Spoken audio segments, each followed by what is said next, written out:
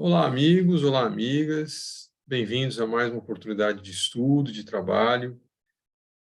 Mais uma vez, uma oportunidade de trabalhar com vocês, da comunidade espírita Nova Era, do Vale do Jiquiriçá, a pedido do meu querido amigo Celso Seara, que mais uma vez veio a mim, um pedido amoroso para fazer uma apresentação breve. Eu gosto de chamar de estudo, porque todo o tempo nós estamos estudando, nós estamos aprendendo e crescendo, compreendendo a doutrina espírita, compreendendo Jesus, compreendendo Deus, nosso Pai. Então, gostaria de pedir a benção para esse irmão querido que vem até mim com esse pedido, e é mais uma chance para eu aprender um pouquinho mais com vocês. Então, aquilo que a gente vai ler, vai estudar hoje, é compartilhado o conhecimento com todos nós. Que Kardec, nosso irmão, que veio e codificou a doutrina espírita, que a gente possa beber um pouco mais dessa fonte, compartilhar dos pensamentos, compartilhar dos sentimentos, daquilo que nos desperta. E eu espero que eu seja um bom instrumento, né, nesse vídeo, nesse trabalho. Então, desde já, uma breve prece, pedindo ao nosso Pai que ilumine esse trabalho, que nos ajude a transmitir as informações que a espiritualidade amiga quer comunicar, quer deixar registrado, quer levar as pessoas que vão acompanhar esse vídeo, que eu seja um bom instrumento de trabalho, de estudo, amoroso, em paz, pacífico, que a gente possa fazer um bom momento de estudo. Muita paz a todos, que assim seja. Então, meus amigos, muito bom mais uma vez, como eu disse, estar aqui com vocês. E o tema que nós vamos foi proposto, na verdade, por mim mesmo. Meu querido amigo Celso me deu a liberdade de propor o tema. Ele veio, na verdade, o tema, vou falar logo, né, a vontade de meu pai, foi um tema que foi objeto de reflexão num singelo estudo do Evangelho que fazemos todas as terças-feiras com um grupo de amigos. E aí nos deparamos com uma abertura aleatória, como a gente gosta de fazer, e eu vou abrir aqui para vocês. Eu estou, então, com o Evangelho segundo o Espiritismo em mãos, perdão, né, de Allan Kardec. E aí nós abrimos no capítulo 18, e está lá: muitos são chamados e poucos escolhidos. Esse é o título do capítulo. E no item 16, que é o item que encerra esse trecho, né? O título do trecho, do item 16, é Reconhece-se o cristão pelas suas obras. E aí, tem uma fala ali do Cristo muito interessante. Ele fala o seguinte: nem todos que dizem Senhor, Senhor, entrarão no reino dos céus, mas apenas aqueles que fizerem a vontade de meu Pai que está nos céus. Quando nós lemos a primeira frase, a primeira pergunta que nos veio à cabeça foi, poxa, que vontade é essa que Jesus tanto fala? Quando ele fala assim, apenas aqueles que, né, vão entrar no reino dos céus são aqueles que fizerem a vontade de meu Pai. Então, poxa, qual seria essa vontade? Do que Jesus está falando? Né?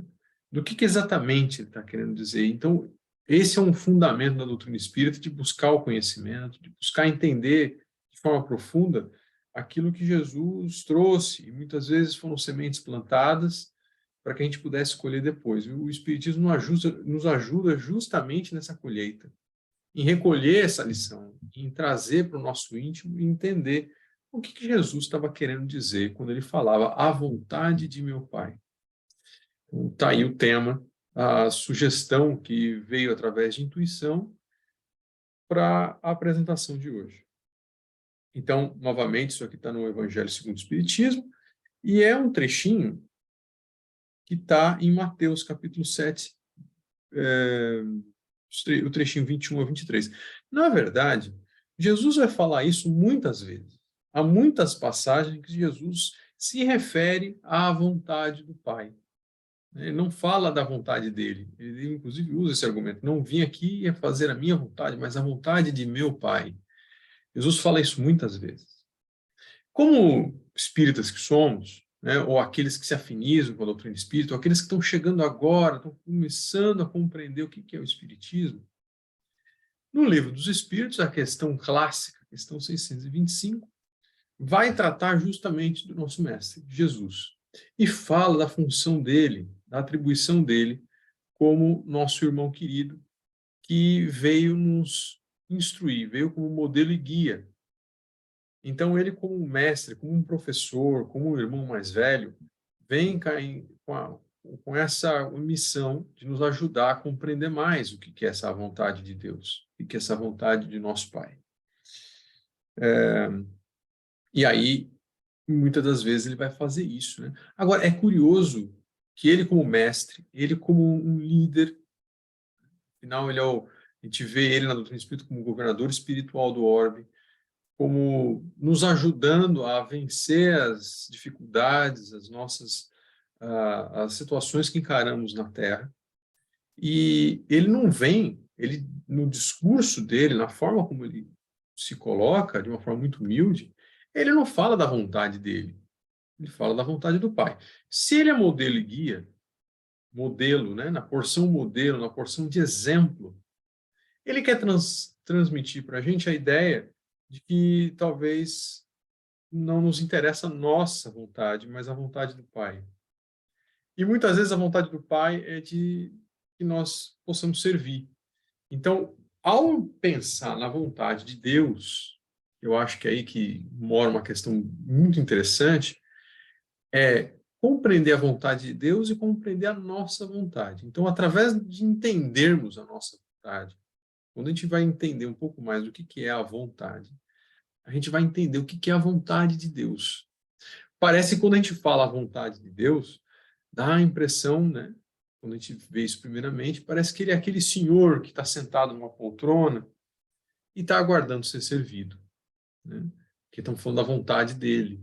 Parece que ele está ali em repouso, tranquilo, aguardando que as coisas cheguem na mão dele. Essa é uma visão que não muito moderna sobre a liderança, né? E quando nós vamos estudar um pouquinho sobre a liderança, tudo o que se faz hoje no mundo corporativo, a gente vai falar de uma liderança servidora, né?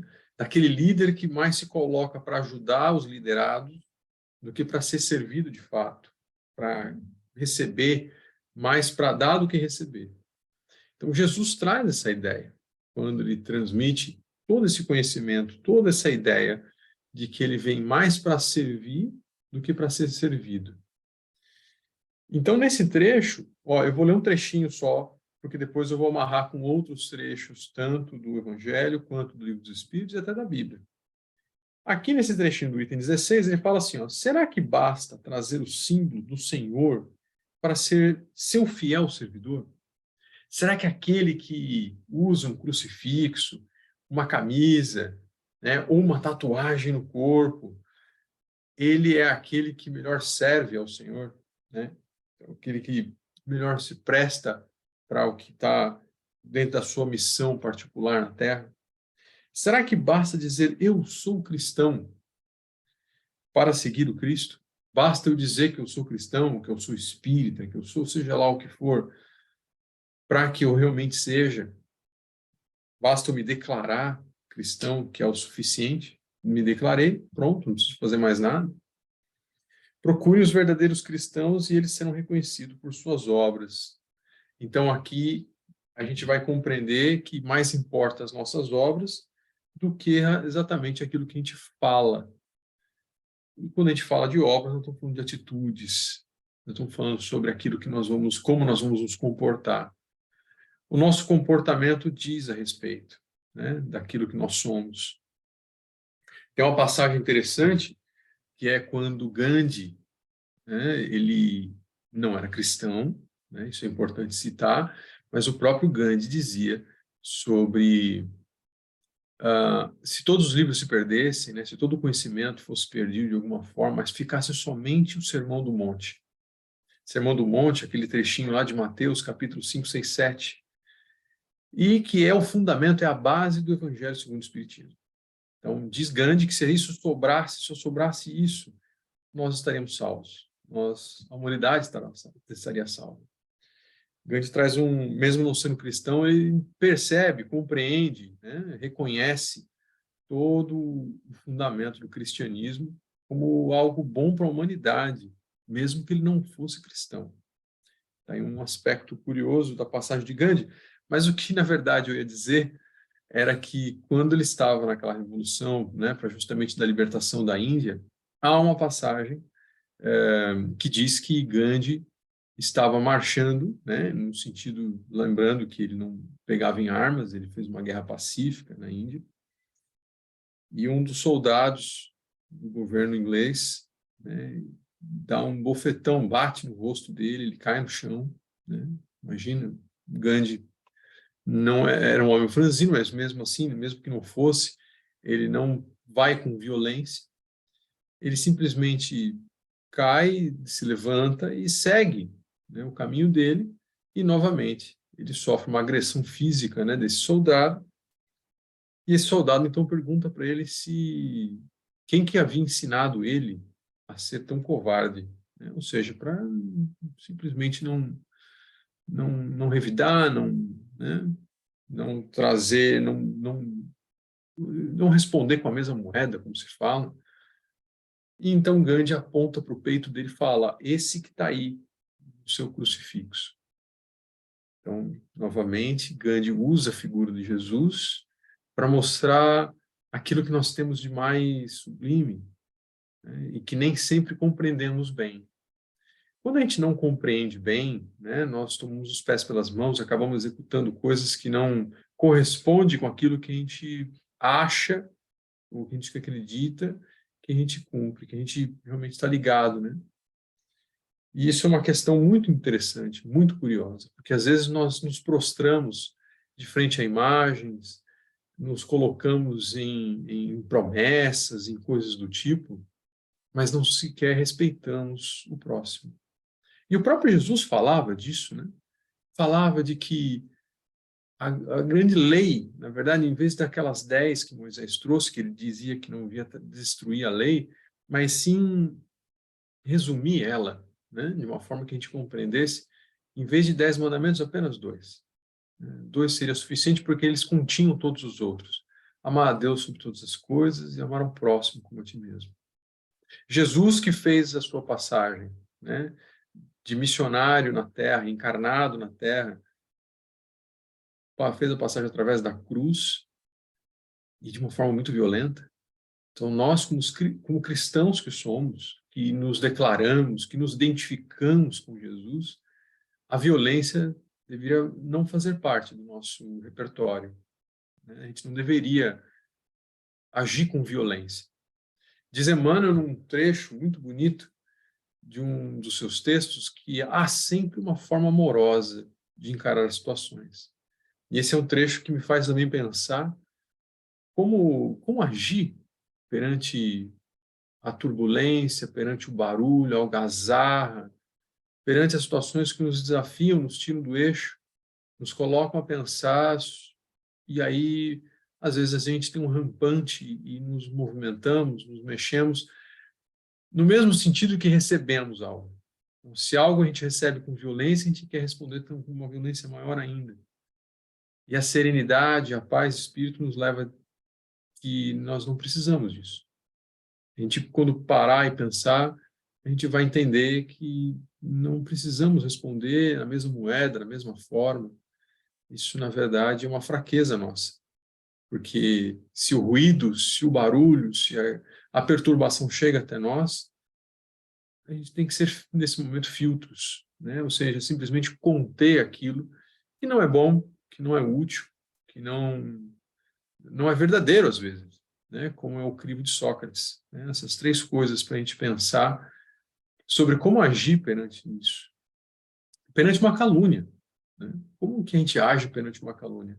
Se é uma calúnia, se realmente não é uma verdade, aquilo que chega até nós não deveríamos nos preocupar, porque se não é verdade, por que eu iria realmente dar importância? Agora, se é uma verdade, dita pela boca de quem a gente não valoriza muitas vezes, talvez seja importante a gente pensar.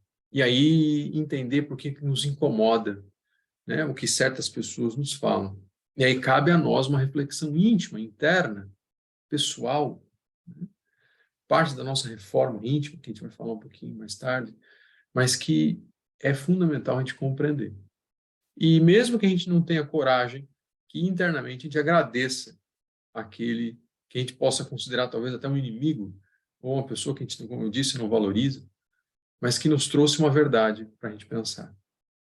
Quando a gente começa a agir dessa forma, e aí volta ao texto que nós acabamos de ler, que fala que o cristão, né, o verdadeiro cristão ou o verdadeiro espírita, que a gente pode dar como sinônimo, ele será reconhecido pelas suas obras. Então, se é pela obra que ele vai ser reconhecido, muitas vezes a melhor resposta para uma calúnia, para algum evento agressivo, violento, é o silêncio. O silêncio consciente, sabendo que nós estamos agindo da melhor forma possível. Deus não constrange nenhuma consciência. Nós não somos constrangidos a ser espíritas ou ser católicos ou o que seja. Nós admitimos isso no nosso íntimo de uma forma natural. Deveríamos, pelo menos, agir de uma forma natural perante uma escolha dessa natureza. Uma escolha do nosso encaminhamento espiritual, da nossa forma de nos relacionarmos com Deus. Isso tem que vir de nós, simplesmente, daquilo que a gente faz, que a gente julga que é importante para nós. Agora, se o outro pensa diferente, se o outro acha que é melhor um outro caminho, deixe que o outro faça um outro caminho. Deus não quer todo mundo igual. Essa é uma coisa também curiosa, né? Basta a gente olhar pela janela, que a gente vai reconhecer árvores, animais, pássaros. Vamos pensar nos pássaros, a quantidade de pássaros diferentes que nós temos. Por que Deus iria querer todo mundo igual? Todo mundo da mesma forma, todo mundo pensando exatamente da mesma forma. Então, ainda que nós nos reconhecemos como cristãos, deveríamos respeitar a forma de cada um pensar. No texto bíblico fala, uma carta de Pedro, se não me engano, a segunda fala, que não há texto que seja de particular interpretação nas escrituras sagradas. Então, é importante que nós tomamos esses textos, seja eles quais forem, façamos uma leitura e, mediante a nossa bagagem, a gente saiba interpretar aquilo e compreender aquele texto. E respeitar o que o outro, a forma como o outro vê, a forma como o outro lê. Eu imagino, já vou incitar aqui uma reflexão, talvez essa seja a vontade do Pai. Talvez essa seja a vontade do Pai, de que a gente saiba respeitar as limitações, os interesses do outro. Se nós temos algum, que isso seja uma escolha nossa, pessoal, e que o outro possa fazer a dele, tão livre quanto nós fizemos.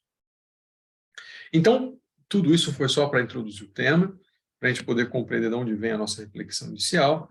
Como eu disse, capítulo 18, item 16, né, reconhece o cristão pelas suas obras. E quando a gente fala espírito e cristão, nós estamos falando exatamente da mesma figura. Por quê? Se no espiritismo nós temos Jesus como modelo e guia, nós somos tão cristãos quanto outros que se declaram cristãos e que não são espíritas. Então, isso é uma coisa também interessante, importante. Como facilitador do Livro dos Espíritos, por um bom tempo, na Fraternidade Espírita Mochila, em Salvador, uma vez, né, curiosamente, uma aluna me chegou e perguntou por que a gente falava tanto em Jesus.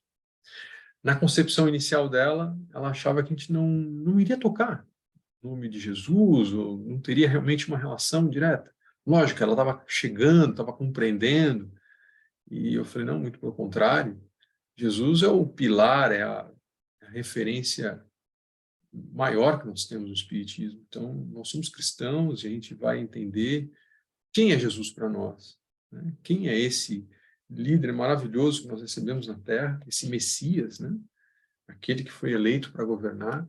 Ele vem à Terra e nos trouxe muita oportunidade de estudo e de trabalho, né? De um trabalho que não é o trabalho talvez braçal que a gente conheça, mas um trabalho íntimo, pessoal, né?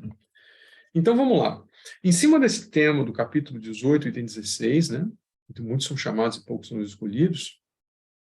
Nós temos um trecho de João, só para amarrar com esse texto do Evangelho, mas aí agora eu vou pegar o texto bíblico.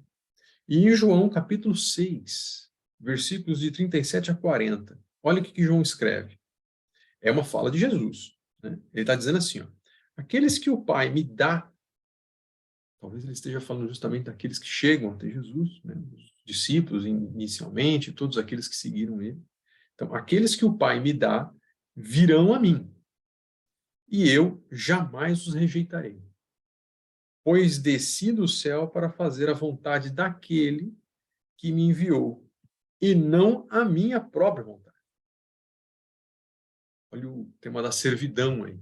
Se Jesus faz isso dessa forma, talvez ele sendo o nosso modelo, é o que nós deveríamos fazer também. E esta é a vontade de Deus, 2 pontos. Que eu não que eu não perca um sequer de todos que ele me deu. Não perder de fato, ou seja, aquele pastor de ovelhas que recolhe suas ovelhas, tem elas junto de si e ele não perca nenhuma delas. Inclusive tem uma parábola que ele fala daquela que se perde, que ele vai atrás, resgatar. Então ele fala que eu não perca uma sequer de todos esses que me deu, né? Mas que ressuscite todos no último dia. Mas que ressuscite todos no último dia. Então a ideia da ressurreição aqui, que é um tema interessante para estudo, né? Nós reconhecemos e falamos muito no Espiritismo sobre a reencarnação. A ressurreição é um tema que é largamente usado, o termo ressurreição é como se nós terminássemos a última encarnação. Quando a gente ressuscita, significa que a gente volta para o plano espiritual e não temos mais o compromisso de voltar para cumprir com o nosso trabalho íntimo, com o nosso trabalho de reforma, né? Nós já vencemos todas as dificuldades, vencemos a carne, não estamos mais sujeitos, né, às vicissitudes, às questões que a carne nos traz. Então, ressuscitar significa venci todas as dificuldades, cumpri com minhas missões na Terra, limpei meu perispírito. Então, ele fala sobre essa ressurreição no último dia, ou seja, no período final em que nós teremos aqui a Terra nessa condição justamente de renovação, né, dos espíritos que aqui encarnam. Pois é a vontade de meu Pai que todo aquele que olhar para o Filho e nele crer tenha vida eterna. Em outras palavras, o que ele está dizendo é olhar para Cristo e reconhecê-lo como modelo e guia da humanidade. E eu os ressuscitarei no último dia. Se a gente vai seguir o Cristo, se a gente vai cumprir com toda essa missão de trabalho íntimo e olhar o Cristo como nosso irmão mais velho, como nosso professor, nosso mestre, ou nosso pastor, aquele que a gente amorosamente cede à nossa vontade e vamos ser liderados, deixar-nos ser liderados por ele, então esse é o caminho. As obras do cristão é justamente aqui conectado com a ideia da nossa serviência, da nossa disposição para ser melhorados, para ser, né, digamos, acompanhados pelo Cristo nesse caminho de reforma pessoal, de reforma íntima. E aqui a ideia da reforma íntima, para dar uma ideia de que é uma ação verdadeira nossa, uma ação que a gente se dispõe a se colocar a nossa caminhada, tem aquela figura da porta estreita. Uma figura que é interessante a gente entender, porque a porta estreita ela não é confortável de passar. Isso é uma porta estreita, né? Ele fala, inclusive, naquela passagem, quando ele fala da porta larga e da porta estreita. A porta larga é fácil. Muitas pessoas passam, ela é confortável, ela é tranquila. A porta estreita nem tanto. Então, poucos vão conseguir realmente, vão se interessar em passar por uma coisa que talvez incomode um pouco a gente. Essa é a ideia da passagem. Então, denota aqui, quando a gente fala de porta estreita, do nosso esforço para a nossa disposição, a nossa vontade de nos melhorarmos, de nos ajustarmos, de nos corrigirmos. E isso vai levar bastante tempo. Talvez a gente não consiga reconhecer isso numa encarnação, porque por anos a gente tenta fazer isso, mas é como se fosse construir um arranha-céu, um prédio muito alto. E a gente tem que lembrar que para um prédio muito alto ficar pronto, o primeiro tijolo tem que ser colocado no solo. E ali vão ser muitos tijolinhos, muitas estruturas sendo combinadas até que esse prédio fique inteiramente pronto, em pé, firme. Mas tudo começa com tijolinho. E talvez quando a gente coloca lá o primeiro tijolinho, a gente nem se dá conta do tamanho que vai ser o prédio. né? Que tamanho que vai ser essa obra. Por isso é importante mantermos a nossa fé firme em Jesus, compreendendo quem de fato é o Mestre para conosco, né? Essa vontade que ele tem para que nos ajudar a nos melhorar. Então, o texto de João remete à ideia da reforma íntima, do compromisso de Jesus para com Deus, da vontade de Deus para que Jesus nos ajude nessa caminhada, né? Então, ele vem no momento certo. Diz no livro A Caminho da Luz, Emmanuel vai falar que ele vem na maioridade espiritual, né? Quando nós atingimos nossa maioridade espiritual. Maioridade espiritual seria como o quê? Seria como se nós atingimos, se tivéssemos atingido os nossos 18 anos. Quando a gente atinge 18 anos, é quando a gente começa a ter condições de agir por conta própria. Além de ter possibilidade de agir por conta própria, nós vamos responder por isso também. Então, a gente já não está mais conectado diretamente com os nossos pais, mas vamos responder diretamente por aquilo que a gente decidir fazer. Então, Jesus vem no momento certo, e logo depois, né, 1800 anos depois, pouco mais, chega, então, a doutrina espírita através de Kardec, né? Então, estamos falando da segunda e da terceira revelação, como a gente conhece na doutrina espírita. Pois bem, trouxe o texto de João, compreender um pouquinho e perceber que muitas vezes o texto bíblico é fundamentalmente a mesma coisa que a gente lê no Evangelho segundo o Espiritismo, no Livro dos Espíritos, com uma outra linguagem. Com uma linguagem que era adequada para o povo daquela época. O povo que recebeu Jesus, lá na Galiléia, lá naquela região, onde Jesus viveu e transmitiu os seus conhecimentos. Então, Jesus falava para camponeses, falava para pescadores, para pessoas, enfim, que estavam habituadas àquele trabalho, e ele tinha que usar uma figura de linguagem que fosse acessível. Imagine se Jesus falasse de uma forma que eles não pudessem compreender. Seria uma missão um tanto estranha. Jesus tinha que atingir o coração deles e usar aquilo que eles sabiam, né? Jesus vai falar sobre o reino de Deus, ele vai falar sobre o fermento, né? Uma massa, ele vai fazer ela crescer. Ele vai usar várias figuras de linguagem que para essas pessoas vai ser útil, vai ser possível de que elas compreendessem, para que elas pudessem compreender e então transmitissem isso para o restante do mundo, que foi o trabalho que Paulo de Tarso fez depois da divulgação, né, do cristianismo. Então, no texto de João fica muito claro a conexão dele com aquilo que a gente aprende na doutrina espírita. Dito isso aqui, eu gostaria de pegar um outro textinho da Bíblia, só que agora não mais Novo Testamento, vou pegar o Velho Testamento. Porque tem gente que às vezes fala, não, o importante nem é ler o Velho Testamento, é importante ler o Novo. O Novo tem o quê? Tem a biografia de Jesus, né? Os 4 livros, né? Marcos, Mateus, Lucas e João. E depois tem Atos dos Apóstolos, que é depois quando Cristo faz a sua passagem, e depois tem as cartas, né? As cartas universais. No Velho Testamento, tem todo um texto que foi anterior a Jesus, anterior à chegada dele. E tem lá no meio os Salmos, que na verdade eram cânticos, eram, né, aquilo que foi escrito por rei Salomão, e eram músicas que eles cantavam. E tem um salmo, que é o 40, eu vou pegar só o versículo 8, diz o seguinte: tenho grande alegria em fazer a tua vontade, ó meu Deus, a tua lei está no fundo do meu coração. Olha a frase, que coisa mais interessante. Olha o que fala, vou ler de novo. Tenho grande alegria em fazer a tua vontade, ó meu Deus. A tua lei está no fundo do meu coração. Então, quando o povo daquela região cantava essas músicas, isso nada mais é do que era uma forma de divulgação, de compreensão, de assimilar essas lições. Através dessas músicas, através desses cantos, havia muito conhecimento. E aí, 2 coisas aqui. Está falando novamente da vontade de Deus e está falando, né, da lei que está no fundo do coração.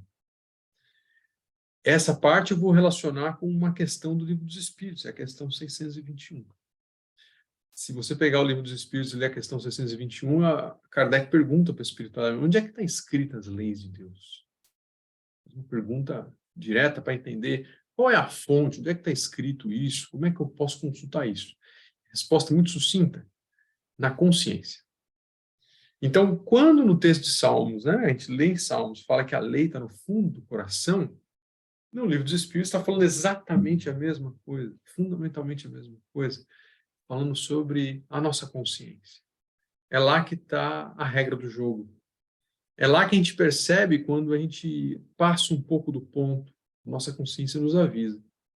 Deixa claro para nós que, poxa, me excedi, falei demais, ou falei de menos. Poderia ter falado, né, ter sido mais claro, ter agido de forma diferente, eu deveria não ter ido em certo lugar e fui, ou o inverso, poderia ter ido, né?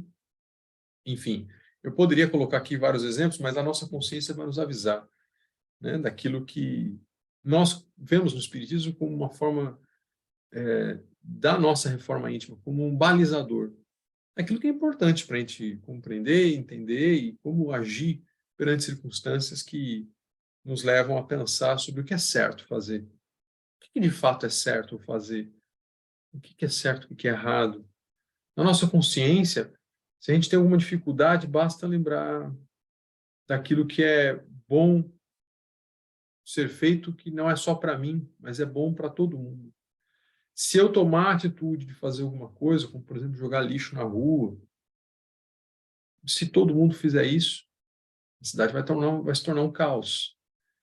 Então, não é bom fazer isso. É melhor que eu pegue esse lixo e jogue ele no lugar certo, no recipiente certo, que eu saiba selecionar o lixo e fazer melhor isso. Mesmo que os outros não se importem, que os outros ainda não observem isso. Mas a minha parte eu vou fazer. E isso vai me tornar minha consciência mais leve, mais tranquila. Então, que a gente possa pensar a esse respeito, né? Como melhor usar o nosso meio ambiente, né? O ambiente que nós vivemos, o ambiente em que a gente se harmoniza na Terra. Deus nos dispôs de muitas coisas para que a gente pudesse usufruir. Como a gente está cuidando disso? Da mesma forma como eu penso, como eu uso o meu corpo físico, como eu trato o meu corpo físico. Será que eu cuido do meu corpo físico de uma forma adequada? Será que eu vou ao médico quando realmente preciso? Tomo os remédios conforme o médico recomenda? Faço realmente exercícios físicos? Eu me coloco para realmente botar meu corpo para funcionar? Se eu tenho alguma dificuldade, se eu tenho alguma limitação, será que eu estou sabendo respeitar essas dificuldades e limitações? Então, tudo isso faz com que eu me relacione melhor com a natureza, seja ela do meu próprio corpo físico, seja aquela natureza que está à minha volta, respeitando não somente o ambiente, mas também o próximo, meu irmão, meu companheiro, meu amigo, meu familiar, seja quem for, mas que eu saiba reconhecer esses limites e compreender que aquilo que talvez seja uma coisa banal para mim, talvez não seja. Então, quando a gente vai para a consciência e compreende aquilo que o Salmo está dizendo como a lei que está no fundo do meu coração, isso nada mais é do que um mergulho pessoal novamente. Um mergulho meu para dentro de mim mesmo, reconhecendo que lei é essa que nós estamos falando. Ou que leis são essas que nós estamos falando. Mais um trechinho para a gente poder compreender quando Jesus fala, esse é um clássico, todo mundo vai saber, está em Mateus capítulo 6, novamente pegando o trecho bíblico, mas dificilmente alguém não conhece esse trecho, que é justamente quando Jesus recomenda uma prece, e a prece que seria conhecida como prece dominical. Agora, todo mundo conhece como Pai Nosso, né? A prece do Pai Nosso, lá no meio vai dizer, né, que seja feita a tua vontade. Então, na própria prece, que muitas vezes a gente executa sem muito pensar, está lá dizendo que seja feita a tua vontade.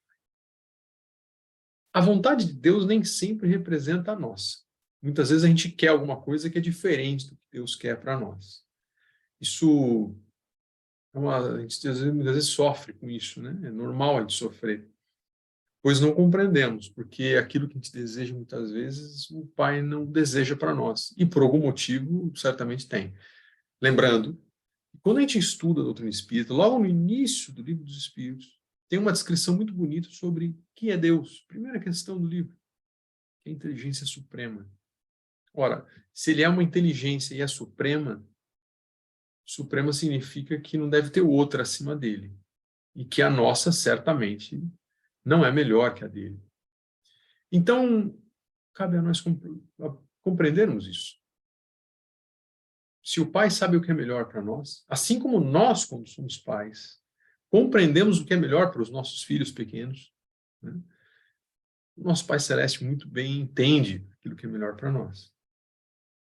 E às vezes aquilo que a gente pede, ou aquilo que a gente deseja, o momento talvez não seja o certo, a gente tem dificuldade de compreender isso, um emprego que não acontece na hora certa, uma doença que chega, um problema de saúde, um rompimento familiar, alguma coisa que possa realmente desarmonizar a nossa vida, às vezes vem para nos tirar do lugar comum e nos fazer mais amorosos. Tem uma figura interessante, e se não estou enganado é Chico Xavier que fala, que muitas vezes para Deus colocar um pouquinho dele, ele tem que tirar de nós algo, né? Algo sai de nós para colocar ele. Ele vem e se deposita em nós. Quando nós somos desafiados a vencer nosso orgulho, nosso egoísmo, quando nós temos que vencer barreiras internas, coisas que a gente considera como imutáveis ou intocáveis, coisas que a gente não quer mexer de jeito nenhum. Deus, às vezes, tem que mexer um pouco nisso para que a gente mude nossa forma de pensar, para que a gente mude nossa forma de agir perante o mundo. Então, ele tira um pouquinho de nós, mas coloca um pouco dele, para que a gente possa crescer junto dele.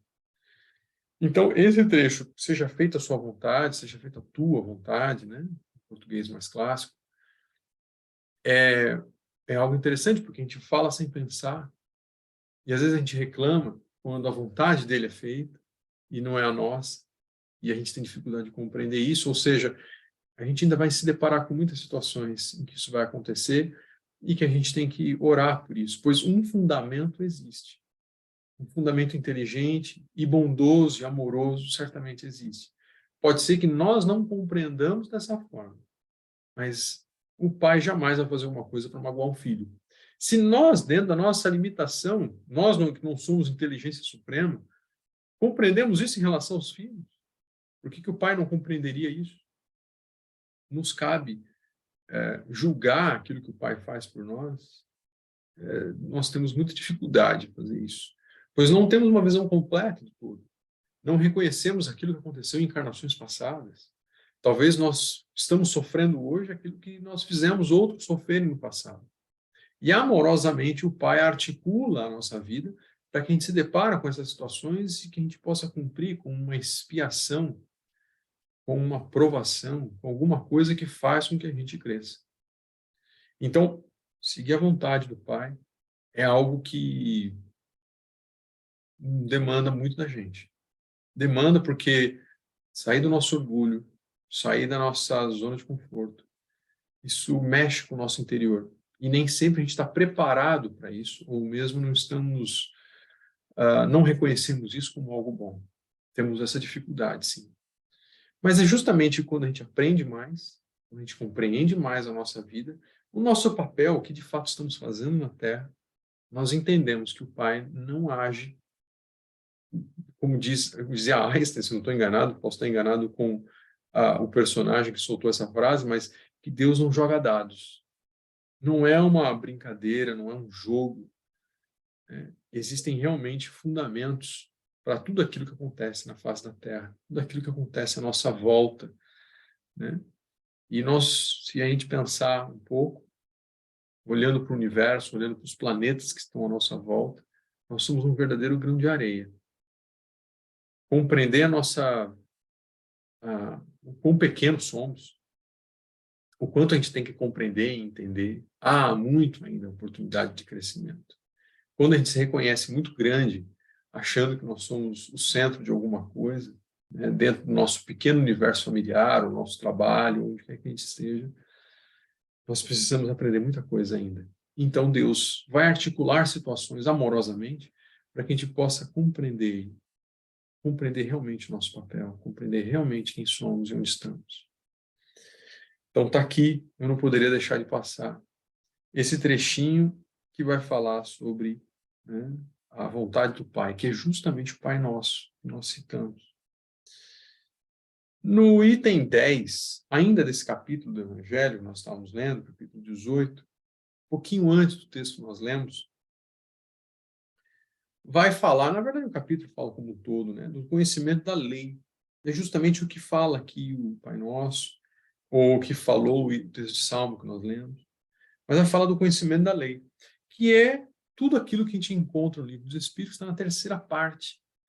Né? Vai falar da lei natural, né? Da lei do progresso, da lei de destruição, né? Uma lei que, quando eu li a primeira vez, achei muito estranho, primeiramente, como poderia ter uma lei de destruição. Mas, realmente, essa ideia de que algo sai de nós para que Deus coloque ele, né? Um pouco dele próprio, tem um pouco de destruição nisso, né? Nós estamos deixando de ser, né, o homem velho, aquela figura, né, do homem velho, para ser o homem novo. Então, nessa terceira parte, a gente compreende todas as leis. Lógico, é uma forma mais moderna, né, uma forma muito mais adequada aos tempos que nós vivemos, do que aquela quando Moisés trouxe os 10 mandamentos. Mas, fundamentalmente, é a mesma coisa. Né? Nós estamos falando exatamente das mesmas coisas, com linguagens que estão distantes mais de 2.000 anos. Né? Muito mais de 2.000, está mais de 3.000 anos, podemos falar. Então, está muito distante. Se nós pararmos para pensar que o português que nós falamos, se a gente voltar mais ou menos uns 50 anos para trás, a gente vai encontrar farmácia escrita com PH, né? Até hoje, talvez em alguns lugares a gente encontre fotos, encontre alguns lugares que se escreve dessa forma, já não, é uma forma arcaica. Mas se há 50 anos escrevia assim, imagina 3.000 anos de distância, e não no mesmo lugar, em um lugar diferente ainda. Uma comunidade com outros costumes. Basta a gente olhar o mundo de hoje. A diversidade de abordagem da vida, como a gente se relaciona com a vida. O quanto nós nos diferenciamos, nós brasileiros, vamos falar assim, nos diferenciamos dos japoneses, dos orientais, né, do povo da África, do povo europeu. Nós nos diferenciamos em muito na abordagem da vida, como nos encaramos a vida, aquilo que nós valorizamos e os outros não. Então, a gente, novamente, o mundo é diverso, como a gente começou dizendo. O nosso pai fez um mundo diverso. E ele quer um mundo diverso. Aparentemente é o que ele quer. Ele não quer todo mundo igual. Ainda que ele queira que todo mundo se renove, cresça e se desenvolva e faça a sua reforma íntima, mas isso dentro da sua natureza, dentro do ambiente que nós fomos colocados. Agora a gente vai florescer onde foi plantado. Essa é a ideia. Né? Então, lá no item 10 fala muito disso, do conhecimento dessa lei. Essa lei, né, que foi falada lá no Salmo, dessa lei, dessa vontade do Pai. Então, eu agora estou unindo a ideia de lei de Deus, né, das leis naturais, com a vontade de Deus. E a gente vai compreender isso na terceira parte do Livro dos Espíritos. Mas eu gostaria de fazer uma reflexão um pouquinho mais profunda agora, né, sobre um texto de Emmanuel, que está no livro Pensamento e Vida. O prefácio do livro é uma maravilha. Particularmente, eu adoro ler os prefácios de Emmanuel. Toda vez que pego um livro do Emmanuel, eu leio com carinho o prefácio. Talvez o texto que muitas pessoas pulam, não dão importância, mas Emmanuel escreve com muito carinho. E explica nesse texto, na introdução do livro Pensamento e Vida, que o interesse ali foi que uma alma amiga, né, alguém ali próximo, pediu se houvesse ali um livro, alguma apostila, já que se fala tanto daquilo que se estuda no plano espiritual, alguma coisa que poderia chegar até nós, nós encarnados, e que a gente poderia compreender como eles estudam lá, né? O que eles realmente têm para estudar. E então Emmanuel transforma, né, faz uma transferência de conhecimento desse texto, que é o Pensamento e Vida, e traz isso para a gente poder compreender um pouco. E no segundo texto, você pega o livro, o primeiro texto, não estou enganado, é a mente, o primeiro texto. O segundo texto é um texto maravilhoso sobre a vontade. É um texto para se debruçar e ler com cuidado. E, olha, são textos curtos. O livro é fininho, são textos de uma página, duas, uma página e meia, mas tem um texto sobre a vontade que é algo para se degustar, com muito carinho, muito cuidado. Pois Emmanuel traça ali um texto muito bonito. E ele vai falar, ele usa uma figura de linguagem dos departamentos, como se fosse uma empresa. Né? Ele vai falar de departamentos. Então ele fala o departamento do desejo, o departamento da inteligência, o departamento da memória e o departamento da imaginação. Ele fala desses 4 departamentos, né? Todos naturalmente figurados dentro da nossa mente. E aí ele vai falar que a vontade é como se fosse um gerente desses 4. Então, a vontade é algo, nossa vontade, a vontade nossa do ser humano, como eu disse, para a gente poder compreender a vontade do Pai. É importante a gente entender isso. A nossa vontade é como se ela gerenciasse, né, o desejo, a inteligência, a memória e a imaginação. E essa vontade, quando ela está perturbada ou fragilizada, eu acho que o termo que ele usa no livro é fragilizada, nós talvez cometamos alguns enganos. Então, vamos pensar o desejo. Se nosso desejo ele é exacerbado por alguma coisa, nossa vontade, né, a depender de como esse gerente vai fazer a gestão desse desejo, nós podemos cometer muitos enganos. A nossa inteligência, se ela está colocada para aquilo que não é bom, não é útil, talvez a gente vai executar coisas realmente muito tristes. E basta a gente pensar sobre as possibilidades que nós temos na Terra de que a mesmíssima coisa pode ser aplicada tanto para o bem quanto para o mal. Lembramos de um brasileiro que nós tivemos, que foi Santos Dumont, que é uma história, eu particularmente acho uma história um pouco triste, mas é interessante avaliá-la. Porque Santos Dumont foi um dos, né, nós como brasileiros conhecemos ele como um inventor do avião, mas ele teve sérios problemas quando viu a sua invenção ser usada para uma coisa que ele não tinha sequer imaginado, né, para fins militares, para fins de guerra, enfim, aquilo que ele não havia pensado sobre. Imagine que na sua concepção, pensar que o homem poderia voar, talvez seja uma das coisas mais antigas, um dos desejos mais antigos do homem, de que a gente pudesse voar como os pássaros. Então, ele tinha uma visão talvez um tanto poética, um tanto romântica dessa possibilidade e fez com que ele fosse desenvolver. Então, novamente, o desejo de voar aplicou a inteligência para poder desenvolver uma ferramenta, né, uma máquina, como foi o avião, e de repente ele viu, poucos anos depois da invenção dele, que foi no início do século passado, poucos anos depois, né, por exemplo, na Primeira Guerra já aconteceu isso, né? Então, Santos Dumont teve a sua dificuldade de compreender isso, de aceitar isso, né? E aquilo que ele havia inventado estava sendo aplicado para fins não tão nobres como ele tinha imaginado. Então, quando nós estamos com nossa vontade fragilizada, podemos colocar a nossa inteligência para coisas que realmente não são boas. Podemos executar obras que não são realmente boas.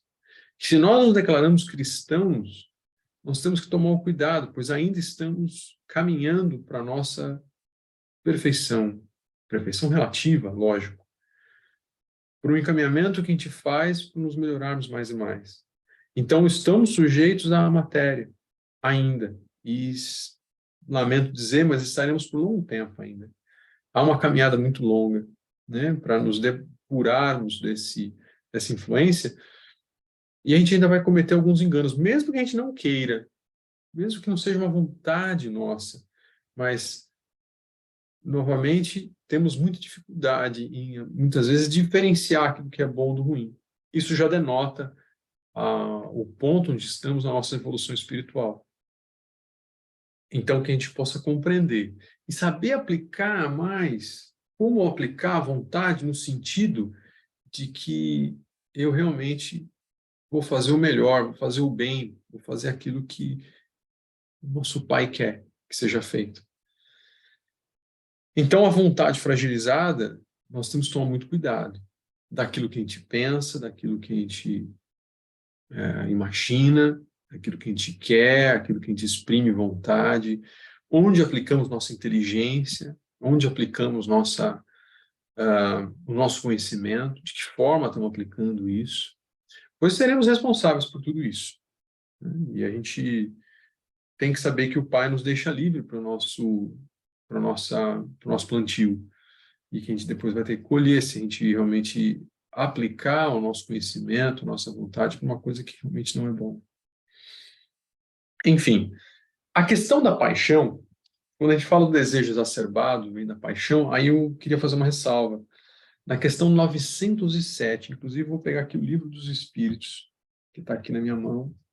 Questão 907, eu vou até ler, porque eu acho que é uma questão muito curiosa, muito interessante.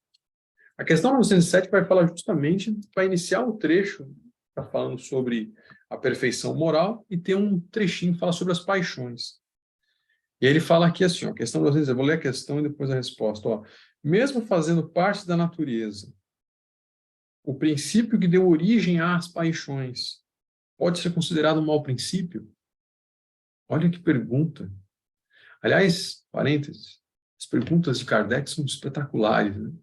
Imagina que o homem fez mais de 1000 perguntas, uma melhor que a outra, catalogou todas elas, fez um trabalho hercúleo, né? Um trabalho enorme para fazer esse trabalho acontecer.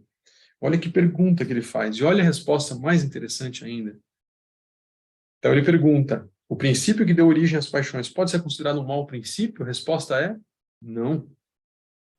A gente pode talvez pensar que ele vai dizer que sim, né? Que a paixão não é bom.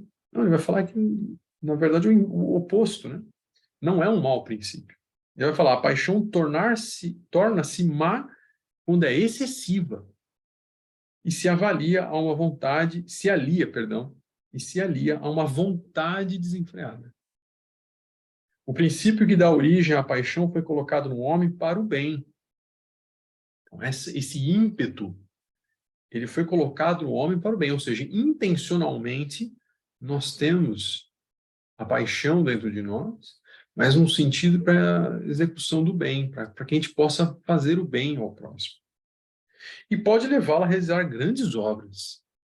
Então, se a gente pensa no Santos Dumont, que fez um avião, que fez com que o homem realizasse um sonho antigo de poder voar com os pássaros, talvez seja essa a paixão de que ele está falando, né? Agora, vem a ressalva, né? O abuso que o homem faz das paixões é que causa o mal. O abuso, o exagero, né? Quando a gente ultrapassa o limite. Então, parte da nossa sabedoria, da nossa vida, é justamente de saber qual é o ponto que faz com que eu ultrapasse esse limite, né? Até que ponto a paixão realmente eu posso usar para o bem e em que momento eu vou fazer isso e eu estou exagerando, estou ultrapassando os limites. É parte do nosso trabalho íntimo saber isso, né? Lembrando aquilo que eu já comentei, de saber qual é o limite do outro, né? O meu limite e o limite do outro, até que ponto eu consigo fazer de tal forma que eu não prejudique a mim mesmo e não prejudique o próximo. Então esse é um ponto muito interessante, porque às vezes a gente acha que a paixão é algo que não é bom, e a espiritualidade vai dizer que não, ao contrário, não é um princípio ruim, é um princípio bom, está no homem para justamente executar coisas boas, porém tem que tomar cuidado com o exagero. Então, agora nós juntamos tudo, né? Falamos da vontade de Deus, aí falamos do Cristo, que falou de muitas vontades, dessa vontade do Pai em muitas oportunidades, melhor dizendo, né? Então ele fala dele que vem não para executar a própria vontade, mas fazer a vontade do Pai. E ele nos ajuda a compreender que se ele, que é o modelo, faz isso, então espera-se que nós também façamos isso. Que a gente possa mais servir do que ser servido. Que a gente possa se colocar mais à disposição do que estarmos na nossa zona de conforto esperando que as coisas cheguem até a nossa mão. E aí nós falamos dessa vontade, da consciência, falamos um pouco sobre isso que está no fundo do nosso coração, né, que está lá nos Salmos, até chegar então na vontade que Emmanuel traz, né? E aí fica o convite para ler Pensamento e Vida, o texto maravilhoso que fala sobre a vontade.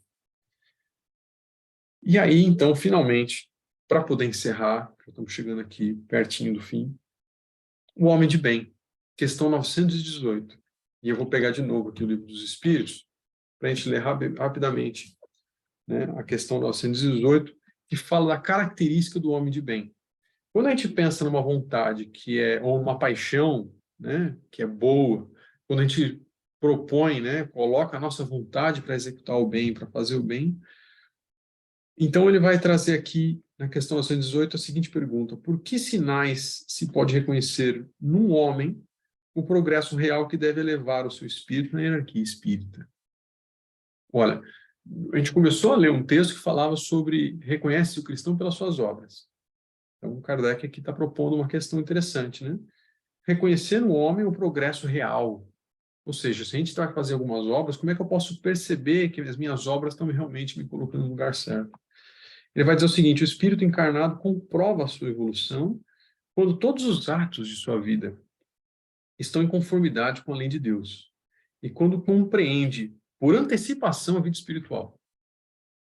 Uma resposta tão filosófica, dizendo que nossa vontade, todos os atos de nossa vida estão em conformidade com a lei de Deus, ou com a vontade de Deus, que a gente começou dizendo.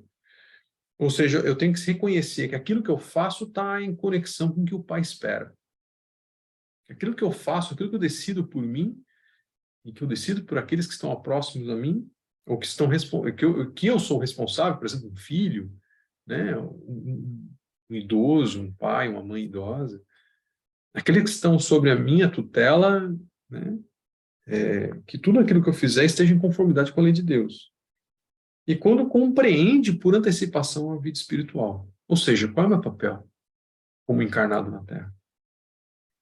Então, novamente, pergunta aqui para nós pensarmos, para a gente poder fechar o tema, né? E sabendo que a mensagem fundamental da doutrina espírita é a caridade. Então, como é que eu conecto a caridade em tudo isso? No texto do capítulo 13 do Evangelho segundo o Espiritismo, vai falar da caridade material e a caridade moral. E, fundamentalmente, a caridade moral dá para fazer de 3 formas, né? Pensamento, palavras e ações.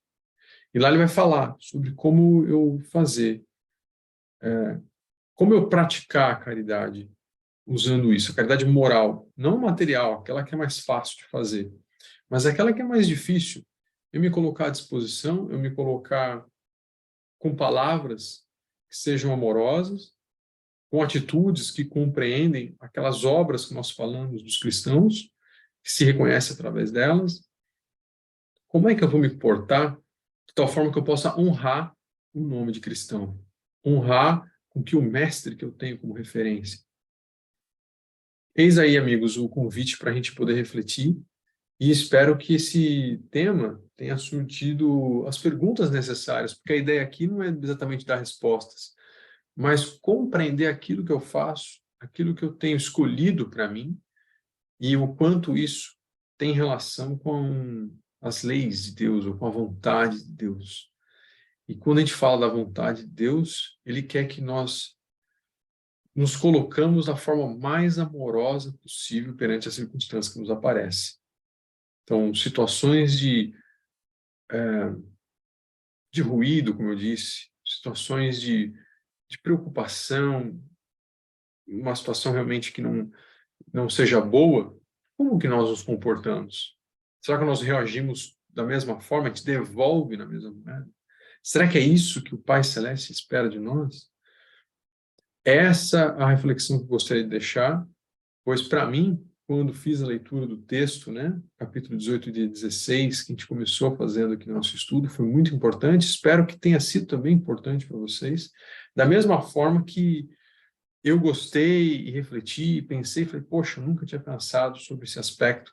Jesus fala tanto sobre a vontade de Deus, que vontade é essa que ele está falando? Onde é que estava escrito isso lá no passado? Basta a gente analisar com carinho, a gente vai encontrar. Jesus falando muitas vezes sobre isso, e basta olhar por ele como nosso modelo e guia, como ele agia perante as circunstâncias. Você vai encontrar certamente Jesus agindo de forma amorosa, de forma com que a gente aprendesse, a gente compreendesse quem era Deus, né? Quem é esse, que é Deus, como a gente vê no Livro dos Espíritos, e qual é a missão do Cristo para conosco. Qual é o compromisso do Cristo para conosco e qual é o nosso compromisso para com Deus, aquilo que Jesus veio nos ajudar a compreender. É dessa forma que eu gostaria de encerrar. Deixo aqui meu carinhoso abraço a todos os amigos da Bahia maravilhosa. Já não moro mais na Bahia, mas tenho um carinho enorme para essa região, pois é uma região que trouxe muita paz, muita luz para o meu coração. A minha família faz parte desse estado maravilhoso. Então, um abraço carinhoso a todos. A gente possa se encontrar numa próxima. Muita paz a todos.